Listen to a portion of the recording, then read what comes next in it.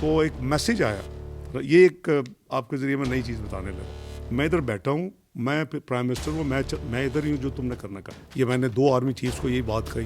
جو ہمارا ایک فالٹ ہے وہ میں اس کو بھی ریکگنائز کر رہا ہوں کہ جنرل باجوہ کی بہت کوآپریشن تھی میرے ساتھ. انفیئر ایک سوشل میڈیا 5th جنریشن وار جسے کہتے ہیں, 10,000 ارب کم کرنا تھا قرضوں میں, 14,600 ارب 2 سال میں بڑھا دیا. تمام کنٹریز کو لکھا جو ان کے ممبرز ہیں کہ اگر میرے خلاف کوئی بھی چیز ان کے کمپیوٹر میں پاکستان کی ریکویسٹ پہ ہے اس کو ریموو کیا جائے. اور جب میسیج لا رہے تھے ان کی زوجہ محترمہ نے ان کو کہا کہ آپ یہ میسیج نہ لے کے جائیں, اور وہ عمران خان کو دیتا تھا, رپورٹ کرتا تھا, میں میاں صاحب کو کرتا تھا. یہ میں آپ کو پہلی دفعہ بتا رہا ہوں یہ ساری چیز. میسیج یہ ہے کہ میاں نواز شریف صاحب ریزائن کر دیں. کریڈٹ بھی دیتا ہوں جنرل قمر جاوید باجوہ کو کہ انہوں نے اچھا کام.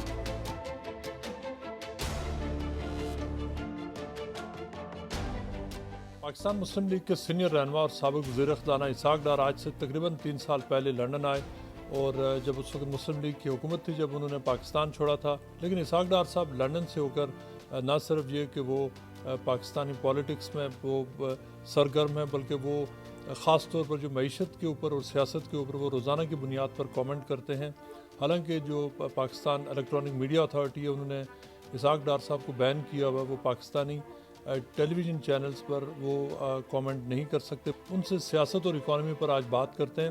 اسحاق ڈار صاحب, سب سے پہلے آپ یہ بتائیے کہ آپ مسلم لیگ کی جو حکومت تھی اس کا بڑا انٹیگرل پارٹ تھے, تو آخر آپ کے حوالے سے یہ مسئلے مسائل شروع کب ہوئے, وجہ کیا بنی؟ بسم اللہ الرحمن الرحیم. نحمدہ و نصلی علی رسول الکریم. دیکھیں, آپ کو یاد ہوگا کہ پاناما میں میرا نام نہیں تھا. سپریم کورٹ میں جو پروسیڈنگ ہوئی 20 اپریل میں ایک ججمنٹ آئی, انٹرم ججمنٹ, اس پہ میرا نام نہیں تھا. پھر اس میں کوئی ڈائریکشن نہیں تھی جو جے ٹی بنی کہ جی میرے کوئی ایسٹ اور میرے سورسز کو کمپیئر کیا جائے. کوئی ڈائریکشن نہیں تھی, جو ٹرم شیٹ تھی ان کے لیے. لیکن آل آف اے سڈن, اور میری جے ٹی میں بھی ہارڈلی 15 منٹ سے 20 منٹ ساری مجھے ایک دفعہ بلایا انہوں نے, بالکل ٹورڈز دی اینڈ. میرا خیال ہے 3 جولائی 2017 کا ڈیٹ تھی. تو جب جے ٹی کی رپورٹ آئی تو 11 والیوم میں ایک صفحہ میرے اوپر لکھ دیا, اور وہ کیا لکھا کہ جی میں نے 1981 سے 2001 میں نے پاکستان میں ٹیکس ریٹرن فائل نہیں کی, جبکہ میں پارلیمنٹیرین بھی اس دوران رہا اور میں منسٹر بھی اس دوران رہا. یہ بہت بڑی سیریس ایلیگیشن تھی میرے اوپر. نمبر 2 یہ لکھا کہ جی میں نے اس وقت تک, اس کے بعد تو الحمدللہ وہ اور انکریز ہوا ہے, کہ اس وقت تک 30 جون 2016 تک میں نے 170 ملین روپیز رفلی میں نے چیریٹیبل کاموں کے لیے اللہ کے راستے میں خرچ کیے ہیں, جس میں سب سے بڑا جو سوات مالاکنڈ میں غریب لوگ جو اپنے آتے تھے کڈنی ڈائلسس کے لیے پشاور یا اسلام آباد 20-25 ہزار روپے ایچ ٹرپ خرچ کر کے, تو وہاں ہم نے ایک پلان کیا کہ وہاں ایک ہاسپٹل بنایا جائے, نواز شریف کڈنی ہاسپٹل. وہ بن چکا ہے, اس کی اناگوریشن ہو چکی ہے, وہ وہاں ہزاروں لوگ مستفید ہو رہے ہیں. تو وہ ان کے لیے تھا. اسی طرح جو سیلاب زدگان تھے, تو جب سیلاب آئے 20 ملین میں نے ان کو اس میں دیا ہوا تھا. اور پھر 2 میرے پرماننٹ ادارے ہیں. یہ کبھی پبلک میں بات نہیں میں نے کی تھی, کیونکہ میں پبلک ڈونیشن سالیسیٹ نہیں کرتا. میری فیملی, میں اور میرے بچے اور میری فیملی اس کو ہمیشہ فائنینس کرتے رہے. تو اس کا تھا کہ جی یہ اتنی بڑی اللہ کے راستے میں جو خرچ کیا ہے, تو یہ ٹیکس کے جو ہے وہ چوری کے ہوں گے یا ٹیکس ایویژن ہوگی. حالانکہ میں نے ٹیکس کریڈٹ کلیم ہی نہیں کیا. وہ تو بات کی بات ہے نا, چونکہ کہہ دیا کہ 20 سال ریٹرنز نہیں ہیں. تیسرا اس میں یہ چارج تھا کہ جی میں 2002 سے 2008 جب جنرل مشرف کا ٹینیور تھا, تو میں مڈل ایسٹ میں اس وقت ایڈوائزر اور چیف ایگزیکٹو تھا ایک کمپنی کا. تو کہا جی کہ وہ وہاں کی جو انکم ہے وہ ہم اس کو یعنی کمپیئر نہیں کر سکے, ہمارے پاس ریکارڈ نہیں ہے. تو یہ ایک پلان تھا. اور چوتھی بات یہ لکھ دی کہ جی لگتا ہے کہ ڈائکاٹمیز اور مس ڈیکلیریشن ہوں گی, اور کنکلوڈ اس پہ کر دیا ایک صفحہ کہ جی پراما فیسیا لگتا ہے کہ ایسٹ بیونڈ سورسز ہوں گے, جو کہ تو یہ جب رپورٹ آئی تو میں تو بالکل پریشان ہو گئی, یار یہ کیا انہوں نے لکھ دیا. وہ میرا حال کو پری پلان تھا بیہائنڈ دا سین. تو میں نے وہ سارے, جس دن وہ فیصلہ آنا تھا, میں نے وہ سارے اس کی, لکیلی میرے پاس ہر چیز کی فوٹو کاپیز موجود ہیں. اسیسمنٹ آرڈرز میرے پاس, ٹیکس ریٹرنز, رسیدیں جب ہوتی تھیں, اب تو آٹو ہوتی ہے اسیسمنٹ انلیس کہ وہ آپ کا نام نکلا ہے کمپیوٹر میں, تو میں سب کچھ تھا. تو میں بڑا حیران ہو گیا یار یہ تو بڑا عجیب ہے. اور میں نے وہ سارا بکسہ جو ہے جس دن قریباً آخری 1 یا 2 دن جو پروسیڈنگ تھی اس میں بھیجا کہ اور وہ انہوں نے کہہ دیا کہ جی اب تو ہم نے آج فیصلہ دے رہے ہیں تو اب آپ نیب میں جا کے دکھا دیں. یہ میرے لیے بڑی شاکنگ تھا کیونکہ ایک طرف جے آئی ٹی کہہ رہی ہے کہ جی اس نے 20 سال ٹیکس ریٹرن نہیں دی اور دوسری طرف میں کہہ رہا ہوں کہ یہ ساری کاپیز ہر چیز رسیدیں موجود ہیں. آپ کا ایلیگیشن تو یہ لگ رہا ہے کہ ایک پلان تھا کہ آپ کو نکالنا، آپ کے وچ اینڈ کرنی ہے، آپ کے پیچھے جانا ہے، no matter what the procedure what the cost. آپ کیا سمجھتے ہیں کہ ایک پورا ایک آرگنائز پلان تھا جس کے تحت یہ سارا کچھ ہوا؟ 100% بالکل جی. یعنی آپ دیکھیں نا کہ اتنا ان پروفیشنل طریقے سے بھی کیا کیونکہ کچھ نہیں ملا نا. وہ تو پتہ نہیں کیا دیکھتے رہے ہوں گے. کیا آپ کو پتہ ہی ہمارے جیسے سسٹم کام کرتا ہے. اگر یہ نہ کہتے کہ 20 سال میں نے ٹیکس ریٹرن نہیں دی تو یہ اگلے پوائنٹ تو 2 ویسے ہی نہیں کہہ سکتے تھے کیونکہ وہ تو ریٹرن میں سے ہر چیز ہے. تو وہ جو ہے it was certainly I would put it in a different way. Murtaza صاحب سپریم کورٹ کو یہ ایک بڑی سیریس میں بات کرنے لگا ہوں. It was subversion of justice. جب آپ جھوٹ بول کے کسی کے خلاف کورٹ سے فیصلہ لیں وہ بڑا سیریس کرائم ہے پرٹیکولرلی ان ویسٹرن ورلڈ. وہ کرائم سے بھی دگنا کرائم ہے. اور یہاں پلان طریقے سے جھوٹ بولا گیا. جے ڈی نے بھی جھوٹ بولا. اس میں نیب کا بندہ بیدی پہ بیٹھا ہوا تھا اور نیب کا جو بندہ بیٹھا ہوا تھا جب 2006 میں ہم نے گو مشرف گو سینٹ سے ایک موومنٹ شروع کی اس وقت نیب نے اسے 23 سال کے یعنی ریکارڈ لیا ہوا تھا. یہ سال اس میں شامل ہیں. تو میرا مطلب ہے کہ آپ نے ایک پلان طریقے سے یہ میرے خلاف ایک یعنی کہا کہ جی 20 سال ٹیکس ریٹرن نہیں دی. آخر وہ وجوہات کیا تھی کہ جن کی بنیاد پر یہ ساری کارروائی شروع ہوئی، دھرنا ہوا اور اس کے بعد کے جو بھی حالات پیدا ہوئے؟ 2014 سے ہی ہمارے خلاف کام شروع ہو گیا تھا. آپ کو یاد ہوگا اگست 2014 میں دھرنا لایا گیا. اس کی جو پہلے جو تیاری تھی وہ آپ کو یاد ہوگا 2010-11 میں کچھ بڑے بڑے جلسے کروائے گئے پبلک کاسٹ کے اوپر. مینار پاکستان کا طارق قادری وکٹری دکھاتے تھے. عمران حاجی کہتے کہ امپائر انگلی کھڑی کر رہا ہے. اس کے پیچھے I am sure they were privy اور وہ پارٹ آف دی گیم تھے. آبویسلی ان کو تو یوز کیا جا رہا تھا. ان کو تو دے ور سو شور. اور اس میں میرا خیال ہے میں آپ کو ایک بڑی اسٹارٹلنگ ریویلیشن کر سکتا ہوں کہ جب یہ لوگوں نے ڈی چوک کا دھرنا یہ سیکریٹریٹ کے گیٹ پہ آگے تھے اگر آپ کو یاد ہو اس گیٹ کے اور پرائم منسٹر کی ریزیڈنس کے گیٹ کے درمیان جو ہے وہ ایک ہی گیٹ ہے. ایک فرسٹ گیٹ پہ آ گئے تھے. وہ کافی سیریس معاملہ تھا اور میاں نواز شریف صاحب کی فیملی جو تھی وہ لاہور تھی اور وہ آبویسلی وہاں کام کر رہے تھے. تو میں پرائم منسٹر ہاؤس میں شفٹ ہو گیا ان چند دنوں میں جب وہ وہاں گیٹ تھے 4-5 دن تو ایک میسیج آیا. یہ ایک آپ کے ذریعے میں نئی چیز بتانے لگا. میسیج میں رات کو وہاں لیٹ کام کرتا تھا. میاں صاحب اپنی روٹین کے مطابق 10 بجے ریٹائر ہو جاتے تھے. میں پی ایم ہاؤس کے جو لائبریری تھی اس میں ورچولی میں آفس کی طرح استعمال کرتا تھا اور پچھلے گیٹ سے مجھے میٹنگ جیسے میری اپنے دفتر میں ہوا کرتی تھی وہاں ہو رہی تھی. جس شخصیت کا آپ ذکر کر رہے ہیں ان کا نام لوگ ویسے نجی محفلوں میں تو ضرور کر رہے ہیں لیکن مسلم لیگ نے ابھی تک کسی بڑے فورم پر اس شخصیت کا نام آج تک نہیں لیا. ایک ایس او ایس میسیج ہے جی ایک صاحب ملنا چاہتے ہیں. اب مجھے صاحب کا نام نہ پوچھیں مہربانی کر کے. ملنا چاہتے ہیں تو میں نے کہا جی کیا کون سی ارجنسی ہے؟ کہنے لگے جی بہت ضروری ہے جی ملنا چاہتے ہیں. میں نے کہا بلوا لیں. تو وہ میرے اسٹاف نے ان کو بلوا لیا. تو انہوں نے مجھے بڑا فضول قسم کا ایک میسیج دیا. انہوں نے کہا جی کہ میں میاں نواز شریف صاحب کو ابھی ملنا ہے. تو میں نے کہا وہ تو ریٹائر ہو چکے ہیں فار دا ڈے تو اپنے میں تو ان کو نہیں یعنی ڈسٹرب کر سکتا کسی کو بھیج کے. تو آپ کل مل لیں. انہوں نے کہا جی نہیں ابھی میسیج دینا. اور میسیج کہتے وہ کافی رجسٹنٹ کہہ لیں. اچھا میں پھر آپ کو میسیج دے دیتا ہوں کہ میسیج یہ ہے کہ میاں نواز شریف صاحب ریزائن کر دیں یا کم از کم وہ چھٹی پہ چلے جائیں. اور امور سلطنت جو ہے وہ شہباز شریف صاحب اس وقت میرا بھی اس نے کیا کہ یا آپ کو حوالے کر دے. میں نے اس بندے کو ادھر ہی روک لیا. میں نے کہا یہ میسیج میں زندگی میں کبھی نہیں دوں گا اور یہ اتنا بےہودہ میسیج ہے. اب میں کوشش کرتا ہوں کہ میاں صاحب کو میں بلوا لوں لیکن تم جب یہ بات کرو گے تو تم یہ میرا نام نہیں لینا جب میسج دو گے. تو یہ میں آپ کو پہلی دفعہ بتا رہا ہوں یہ ساری چیز.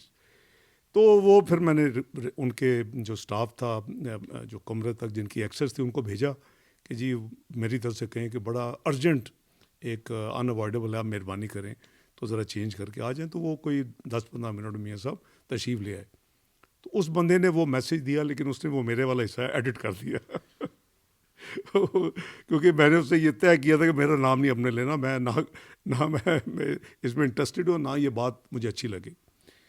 میاں صاحب نے بڑا اس کو الحمدللہ بولڈ جواب دیا کہ تمہیں جس نے بھیجا نا، وہ جو بھیجنے والی بھی بڑی چیز تھی، اس کو جا کے کہہ دو کہ تم نے جو کرنا کر لو، میں ادھر بیٹھا ہوں، میں پرائم منسٹر ہوں، میں ادھر ہی ہوں، جو تم نے کرنا کر لو. اور یہ تو پھر آپ کو پھر بعد میں پھر ہم نیگوشیٹ کیا. وہ میں نہیں نیگوسیشنس ٹیم جو ہماری تھی اس کو میں ہی مینلی کر رہا تھا ان کے ساتھ، پی ٹی آئی کے ساتھ، بلکہ ایک سٹیج پہ تو ہماری نیگوشیشن ٹوٹ گئی تھی. اور پھر دوبارہ شروع ہوئی جہانگیر ترین کے ساتھ 1-on-1. اور وہ عمران خان کو دیتا تھا، رپورٹ کرتا تھا، میں میاں صاحب کو کرتا تھا کہ اگر ہم کوئی برج کر لیں، کوئی 4-5 بندوں میں کہیں نہیں ہم پہنچ رہے تھے، تو ہم پھر دونوں کی اجازت سے پھر ہم ٹیمز کو بیچ میں لگو. ہاں 2.5 ہفتے وہ 1-on-1 بھی نیگوسیشن میری ہوئی. ایونچولی وہی فائنل پھر ہوئی کہ ہم نے پھر جو کمیشن بنایا جسٹس ناصر الملک، ان کے ڈیمانڈ پہ ان کو چیئرمین بنایا چیف جسٹس آف پاکستان. تو یہ بدقسمتی ہے جی کہ یہ ہمارے پاکستان کی ایسے جو واقعات ہونے نہیں چاہیے. رجیہ ہم آج پہلی بار سن رہے ہیں کہ وہ ایکچولی میسج پہلے آپ کی طرف آیا اور پھر نواز شریف صاحب کی طرف گیا. ہاؤ شیور ور یو کہ وہ رائٹ کوارٹرز کی طرف سے آئے تھے اور واقعی میں کچھ خود اپنے حساب میں کچھ پوز نہیں کر رہے تھے؟ دیکھیں وہ جو تھا نا جی، وہ ایک تو یہ ہے کہ ان کو پوز کرنے کی ضرورت نہیں تھی، بلکہ پتہ نہیں کس حد تک میں ڈیولج کر سکتا ہوں آن کیمرہ. انہوں نے باقاعدہ کہا کہ جب میں میسیج لا رہا تھا، جنہوں نے میسیج بھیجا تھا ان کے گھر بیٹھے ہوئے تھے، اور جب میسیج لا رہے تھے ان کی زوجہ محترمہ نے ان کو کہا کہ آپ یہ میسیج نہ لے کے جائیں. جب میاں صاحب نے انکار کیا اور کہا کہ جا کے کہہ دو جو کرنا کر لیں، میں نے نہیں جانا، یہ اس طرح میں نے نہیں چھوڑنا، تو انہوں نے کہا میری وائف نے یہی کہا تھا کہ آپ نہ لے کے جائیں. تو میاں صاحب نے ہنس کے کہا کہ تہاڈی وائف تہاڈے کو جڑی زیادہ عقل مند ہے. اس بات میں حقیقت کیا ہے کہ پاکستان کے کچھ کانسٹیٹیوشنل آفیسرز ہیں اور جوڈیشری سے بعض لوگ ہیں جنہوں نے آپ سے، جب آپ لنڈن میں آپ موجود تھے، آپ سے رابطہ کیا اور انہوں نے معافی مانگی کہ ان کی مجبوری تھی کہ ان کو بعض سرٹن سٹیپس آپ کے خلاف لینے تھے، کچھ اقدامات کرنے تھے. یہ کیا سٹوری ہے؟ ایک تو یہ ہے کہ میں ادھر ہی تھا، اور جو اچھے لوگ ہوتے ہیں ان کو ایسی چیزوں کا ادراک ہو جاتا ہے یا ریئلائز کرتے ہیں کہ غلط ہوا ہے. مجھے اکتوبر 2017 میں ایک ادارے کے ذمہ دار آدمی نے وہ مجھے ملے اور انہوں نے کہا کہ یو ہیو بن رانگڈ. انہوں نے کہا کہ جی ہمارے ضمیر پہ بہت بوجھ ہے، اور انہوں نے اپنا بھی دیا، اپنے باس کا بھی کہا. اس کے علاوہ جب یہاں آ گیا تو مجھے کچھ میسیجز عدلیہ کی طرف سے آتے رہے کہ آپ آ جائیں، ہم سورٹ آؤٹ کر لیں گے، آپ کو کوئی ہاتھ نہیں لگائے گا، آپ فکر نہ کریں. لیکن میں فرینکلی اس پہ اس لیے ٹرسٹ نہیں کیا کہ بڑے چھوٹی چھوٹی حرکات جو کہ میں سمجھتا ہوں کہ نہیں ہونی چاہیے کسی کے ساتھ بھی، مجھے چھوڑے. مثلاً کہ میرے گھر کے سامنے پبلک یوٹیلیٹی، آپ کی سڑک بھی ہوتی ہے، پارک بھی ہوتا ہے، قریباً 40 سال کا پارک ہے، 40 کنال کا، اور بہت پرانا ہے. اس میں انہوں نے مجھے پوچھے بغیر اپنی سڑک کو ایکسٹینڈ کیا. وہ ایک ڈرامہ کر کے جی شاید پارک ختم ہو گیا ہے، میرے گھر میں ڈال دیا گیا 1 کنال 16 مرلے، وہ ایک ڈرامہ کیا، اسی چیف جسٹس صاحب نے کیا. پھر اس کے بعد مجھے وہ ایکسٹریڈیشن کے چکر چلاتے رہے. پھر ون اینڈ اونلی کیس ان پاکستان کہ میرا پاسپورٹ، میں دوسرے ملک میں ہوں، اپنے پاسپورٹ ٹریول کر کے یو کے میں بیٹھا، میرا پاسپورٹ کینسل کروا دیا فارن آفس کے ذریعے. تو میں پھر ایسی اوبیسلی میرا تو ٹرسٹ لیول ختم تھا نا جی ان صاحب پہ. جو سابق چیف جسٹس ثاقب نثار صاحب، وہ ایک بعض پروسیڈنگز میں دیکھا گیا کہ آپ کے حوالے سے، اور انہوں نے ایک کلیئر پوزیشن لی ہوئی تھی اس عرصے میں آپ کے حوالے سے، اس کی وجہ کیا بنی؟ میرا تقریباً سب لوگوں سے، تمام اداروں سے بہت اچھا ورکنگ ریلیشن شپ رہا ہے، اور ان سے تو خاص اچھا رہا ہے کیونکہ وہ ہمارے پچھلے ٹینیورز میں سیکٹری لاء سے شروع ہوئے، پھر جج بنے، تو بہت اچھا تعلق تھا. یہ آپ کو ایک آپ نے سنی ہوگی بات میاں نواز شریف صاحب کے حوالے سے میں کہہ رہا ہوں کہ جی کچھ لوگوں نے یا کچھ اداروں نے، ادارہ تو پورا نہیں ہوتا نا جی، کچھ لوگوں نے ایک ادارے کے کچھ لوگوں نے, اچھا میں ری آرٹیکولیٹ کرتا ہوں, ایک ادارے کے کچھ لوگوں نے اور ادارے کے لوگوں کو کہا کہ جی پاکستان حالت جنگ میں ہے, یہ تو آپ نے سنا ہوگا, اور میاں نواز شریف کا جانا جو ہے نا وہ اس کے بغیر معاملہ نہیں حل ہوتا. تو اگر پرائم منسٹر کے بغیر حل نہیں ہوتا تھا تو پھر فائنانس منسٹر بھی اسی زد میں آتا ہے. اکاؤنٹیبلٹی کے چیف شہزاد اکبر صاحب برطانیہ ہے, اور انہوں نے خاص طور پہ برطانوی حکومت سے ایک میمورینڈم آف انڈرسٹینڈنگ بھی سائن کیا جو پرسن اسپیسیفک تاب کے حوالے سے تھا. تو وہ ایکسٹریڈیشن کی کارروائی شروع ہوئی تھی, اس کا کیا بنا؟ شہزاد اکبر صاحب نے انہوں نے ملٹیپل اٹیمپٹ کی کہ ایک انٹرپول کو لکھوایا اور ایک انہوں نے یہاں سے ان کے ساتھ انگیج ہوئے. اب انٹرپول کی ساری پروسیڈنگز آر کانفیڈینشیل. انہوں نے اپنا کیس بھیج دیا, یہی کہ 20 سال ریٹرن دی سارا, میں نے سارا جو اپنا تھا آڈٹ رپورٹس کی وہ جو بھی ریلیونٹ چیزیں بھیج دیں.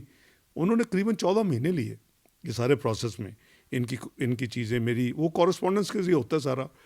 انہوں نے مجھے پھر سرٹیفکیٹ دیا, بلکہ آپ نے رپورٹ, مجھے یاد ہے کہ آپ نے اسٹوری فائل کی تھی, آپ کو پتہ نہیں کہاں سے ملا وہ, تو وہ انہوں نے مجھے بھیجا کہ جی you not subjected to any red warrant, بلکہ انہوں نے تمام کنٹریز کو لکھا جو ان کے ممبرز ہیں کہ اگر میرے خلاف کوئی بھی چیز ان کے کمپیوٹر میں پاکستان کی ریکویسٹ پہ ہے اس کو ریموو کیا جائے. یہاں جو گورنمنٹ ہے وہ یہاں تو کورٹ فیصلہ کرتے ہیں. رینڈیشن کبھی ہوتی تھی کہ پکڑا بندہ دے دیا, نہیں اب تو ٹونی بلیئر صاحب کے بعد نہیں یو کے میں ہوتی.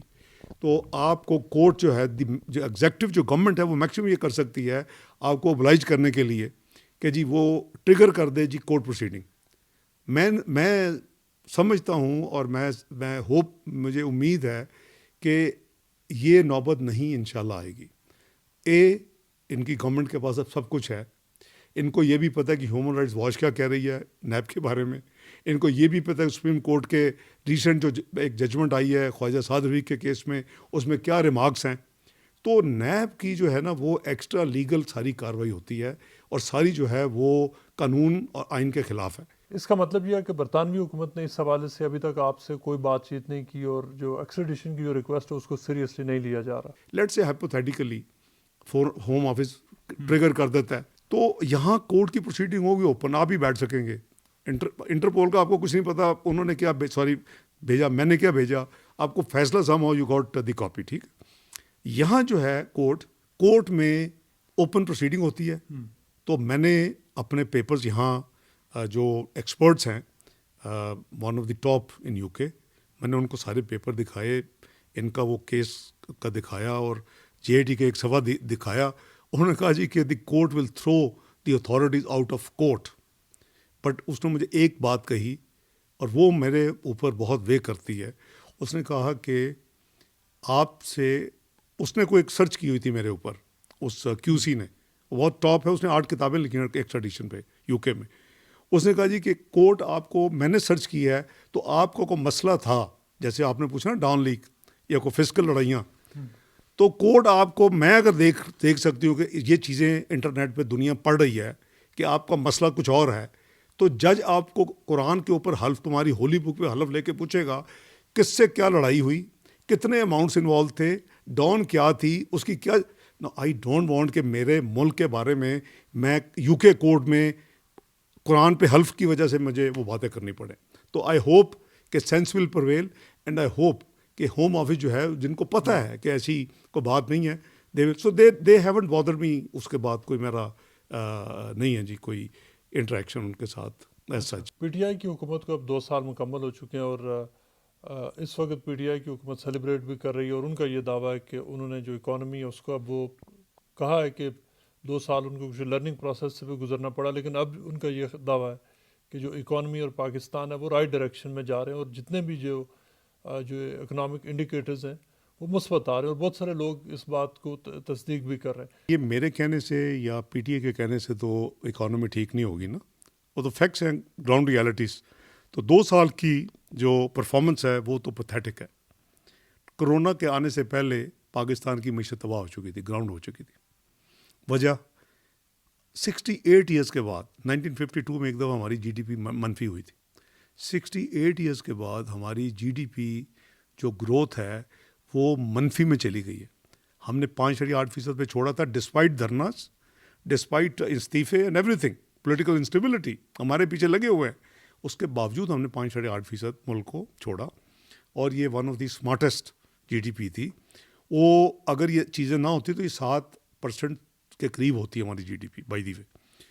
اب یہ کدھر چلی گئی ہے 2 سال میں؟ وہ یہ کی یا مدر اکنامک انڈیکیٹر ہے جی ڈی پی, کیونکہ اسی سے آپ کے روزگار کے موقع نکلیں گے, اس سے آپ کی غربت میں کمی آئے گی, اسی سے آپ کی انڈسٹری اور معیشت کا پہیہ چلے گا, اسی سے آپ کی پر کیپٹا انکم اوپر جائے گی, اسی سے آپ کی اسٹیبلٹی ہوگی میکرو اکنامک. تو یہ جو ہے فرام 5.8% ٹو 0.4% نیگیٹو, یہ 68 ایئرس کے بعد ہوا ہے. ایک اس کی وجہ سے پاکستان کو جو لاس ہو چکا ہے وہ $51 بلین کا ہے. ہماری اکانومی کانٹریکٹ کر کے فرام $315 بلین ہم نے $80 بلین سے زیادہ بڑھائی تھی اپنے 5 سال میں, 315 پہ لے کے گئے تھے رفلی, یہ اس کو نیچے لے کے 264 پہ لے آئے. وزیر اعظم عمران خان جب اپوزیشن میں تھے وہ کہا کرتے تھے کہ جو بھی حکومت جو قرضے لیتی ہے وہ اپنی قوم کو وہ گرو رکھتی ہے, اور وہ کہتے تھے کہ یہ جو نیشنل انٹرسٹ اس کے خلاف ایک سازش ہے. اور جو لیکن اس وقت جو ہم دیکھ رہے ہیں کہ جو پبلک ڈیٹس ہیں, جو فورن لونز ہیں, ان کی وہ بڑھے جا رہے ہیں, وہ جو دعویٰ ہوتا تھا وہ کم نہیں ہو سکا. پبلک ڈیٹ کا بھی ایک ایسا ریٹورک تھا جو عمران نیازی صاحب نے بہت مس پلے کیا ہے نیشنل جو ہے امیج کے خلاف, کیونکہ پبلک ڈیٹ جو ہے وہ یعنی نمبرز آپ کہیں نہیں سنیں گے یو کے کا پبلک ڈیٹ کتنا ہے, آپ امریکہ کا کتنا ہے, آپ کو نارملی یہ ملے گا کہ جی اتنی پرسنٹیج ہے جی ڈی پی کی, کہ آپ کی جو پبلک ڈیٹ کا ایک جتنا پرسنٹیج جی ڈی پی ہے وہ میٹر کرتا ہے. اب یہ کہتے تھے کہ جی پچھلی حکومتوں نے بہت زیادہ پبلک ڈیٹ بڑھا دیا ہے. پیپلز پارٹی نے جو قریباً 14,000 پہ چھوڑا پبلک ڈیٹ جو تھا بلین, ہم نے اس کو قریباً 24,900 پہ چھوڑا گراس, لیکن 19 ارب جو تھے وہ اسٹیٹ بینک میں موجود تھے. تو آپ نیٹ کریں گے تو 23,000 ارب ہے, جو کہ بات کہیں نہیں ہوتی. تو یہ 24,900 کی بات جو آفیشیل گراس لکھتے ہیں, مجھے ان کے ڈپازٹ چونکہ ابھی پبلک نہیں ہے, مجھے نہیں پتا 30 جون 2020 کو کہیں تھے, تو ہم اسی کو کمپیئر کر لیتے ہیں. اب جو 24,900 کا جو ڈیٹ تھا وہ اس 2 سال میں یہ بڑھ کے یہ قریباً 11,600 ارب بڑھ گیا. نا پی ایم ایل این نے اپنے 5 سال میں جو پبلک ڈیٹ میں اضافہ کیا وہ کتنا تھا؟ 10,600 ارب مائنس 19 ارب پڑا ہوا ہے unused bank deposits banking system میں. تو 10,000 سے بھی کم ہوا, بلکہ قریباً 9,000 پلس. انہوں نے 11,600 ارب پبلک ڈیٹ میں اضافہ کر چکے ہیں 2 سال میں. تو یہ ہم نے کیا کیا کیا وہ آپ کے سامنے ہے. 18 گھنٹے کی لوڈ شیڈنگ کی پاکستان میں ختم کی, ہائی ویز 2500 کلومیٹر بنائے, motorway Lahore to Karachi بنائی, کوئٹہ ٹو گوادر جو ہے وہ ہائی وے بنائی, 72 گھنٹے کا سفر 12 گھنٹے میں کیا. آج کل آپ دیکھ رہے ہوں گے وہ سی پیک اتھارٹی جو ہے وہ اپنی وہ بڑی پیاری روڈز کی ہائی ویز کی جو ہے نا ناردرن ایریا میں اس کو فوٹو کرتے ہیں, وہ اپنا اس کو کرتے ہیں ٹویٹ, تو لوگ نیچے لکھتے ہیں شکریہ نواز شریف, کیونکہ وہ سارا ہمارے کام ہے. تو ہم نے یہ سارے کام کیا, اور اس کے علاوہ ہم نے ضرب عضب لڑی, ہم نے رد الفساد لڑی, ہم نے کراچی سیکورٹی آپریشن لڑے, ہم نے انفارمیشن ٹیکنالوجی میں اپنا ایک ریولوشن قائم کیا. انہوں نے پبلک پلیج کیا ہوا ہے کہ میں 10,000 ارب اس میں کمی کروں گا. اب جو 29,800 ہے نا پبلک ڈیٹ اینڈ لائبلٹی, چونکہ ان کا اپنا نمبر ہے, وہ ان کو شوق ہے وہ کرنے کا. 1.5-2 سال انہوں نے بہت ڈنڈورا پیٹا, پاکستان کو بدنام کیا. وہ اب جا کے 44,500 ارب پہ پہنچ چکا ہے 2 سال میں. اس میں جو اضافہ ہے 14,600 ارب کا ہے. 10,000 ارب کم کرنا تھا قرضوں میں, اور کیا ہے 14,600 ارب 2 سال میں بڑھا دیا ہے.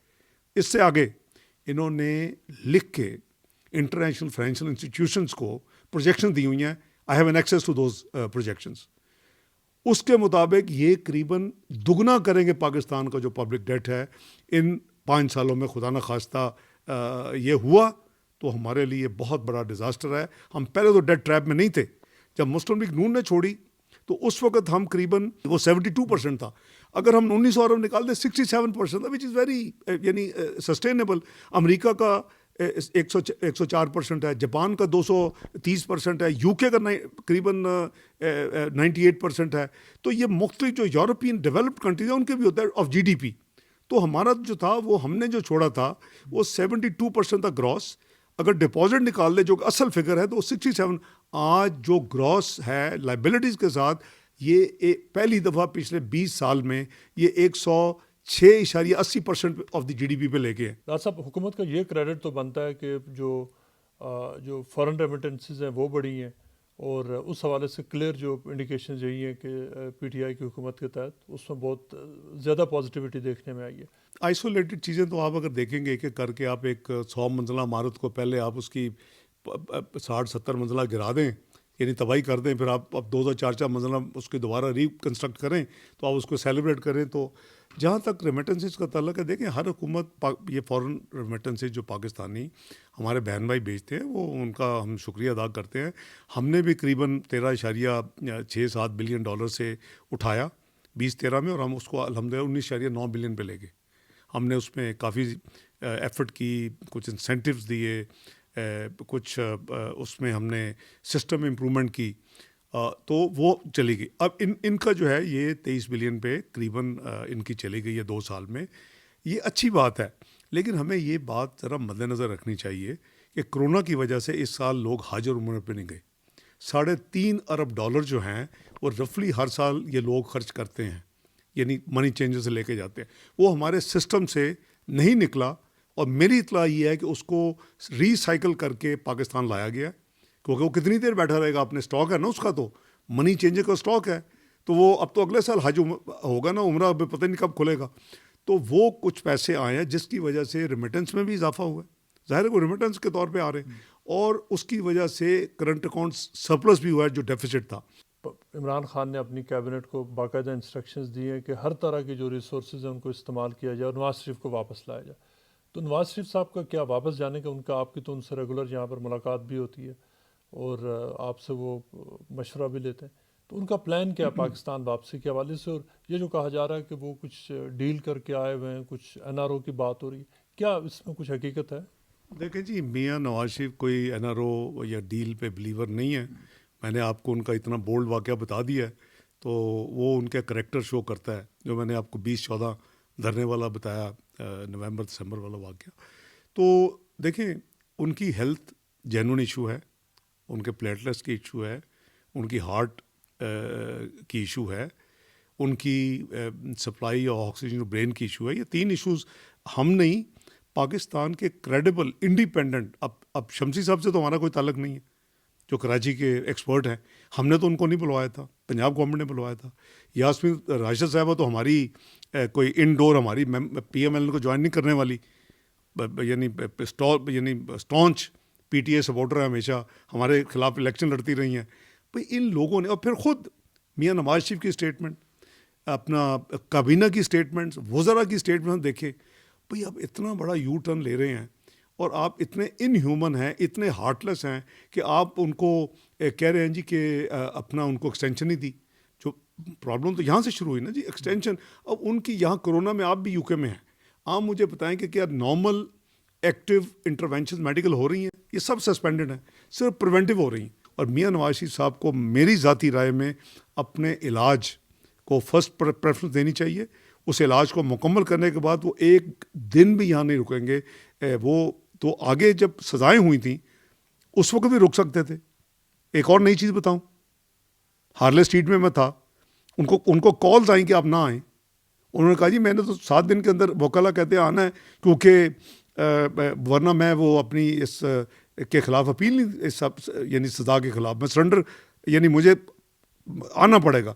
اور کہ جی آپ اپنی وائف کا لک آفٹر کریں، نہ آئیں.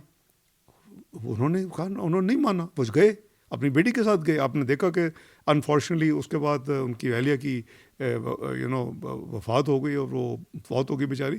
لیکن یہ میں نہیں سمجھتا کہ میاں نواز شریف ایک دن بھی ایکسٹرا رہنے کی کوشش کریں گے اپنے علاج کے بعد، لیکن ان کو اپنے علاج کے بعد ہی جاننا چاہیے.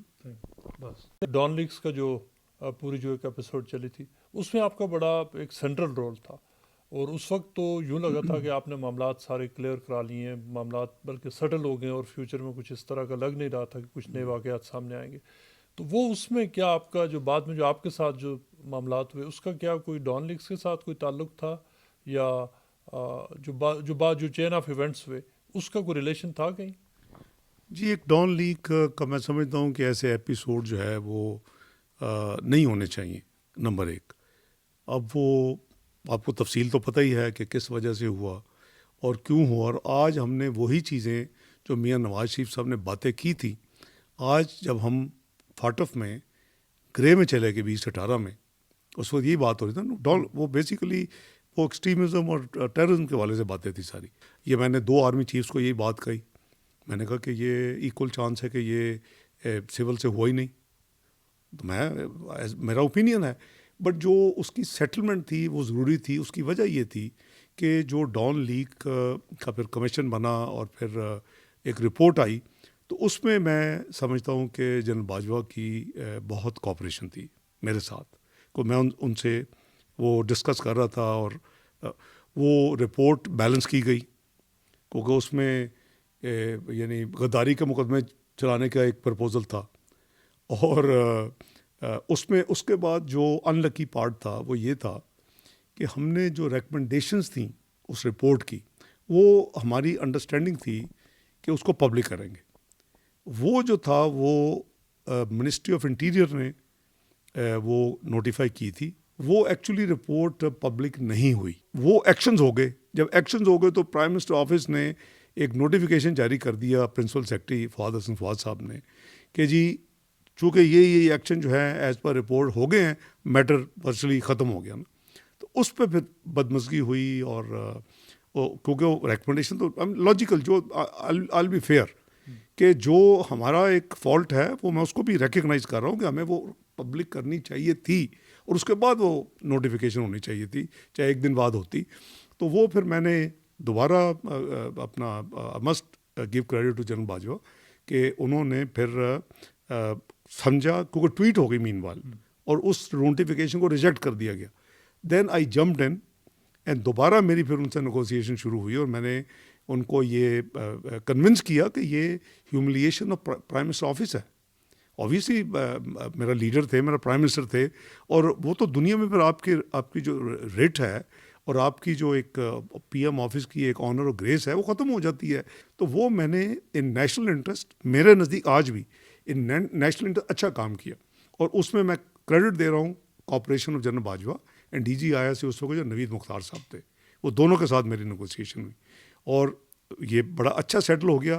لیکن اگین انفارچونیٹلی جیسے میں نے کہا نا کہ یہ 2011 سے یہ کھچڑی پک رہی تھی، اور کچھ لوگ جو تھے ایک ادارے کے اندر وہ ایک ہیل بینڈ تھے کہ یہ جو ہے سول ملٹری کوئی اچھا ریلیشن نہیں ہونا چاہیے، اس گورنمنٹ پی ایم ایل کی گورنمنٹ کو گھر جانا چاہیے. دس از مائی انالیسس. کئی لوگ اب بھی کہتے ہیں کہ جی ڈاکٹر صاحب آپ کو وہ ٹویٹ واپس نہیں کروانی چاہیے تھی. میں کہتا ہوں کہ میں نے صحیح کروایا ہے. I stand by two what I did, اور وہ ایک اچھا قدم تھا، اور میں کریڈٹ بھی دیتا ہوں جنرل قمر جاوید باجوہ کو کہ انہوں نے اچھا کام کیا اور وہ ہونا چاہیے تھا. میڈیا میں خاص طور پہ یہ ایلیگیشن لگتا رہا ہے کہ آپ نے کہ اسحاق ڈار صاحب نے آرٹیفیشلی اکانومی کو چلایا. اکانومی آرٹیفیشلی جو ہے وہ ایک ہفتہ مینٹین ہو سکتی ہے، ایک مہینہ ہو سکتی ہے، 4.5 سال نہیں ہو سکتی. میں قریباً 4.5 سال 5 سال میں سے 4.5 سال میں رہا.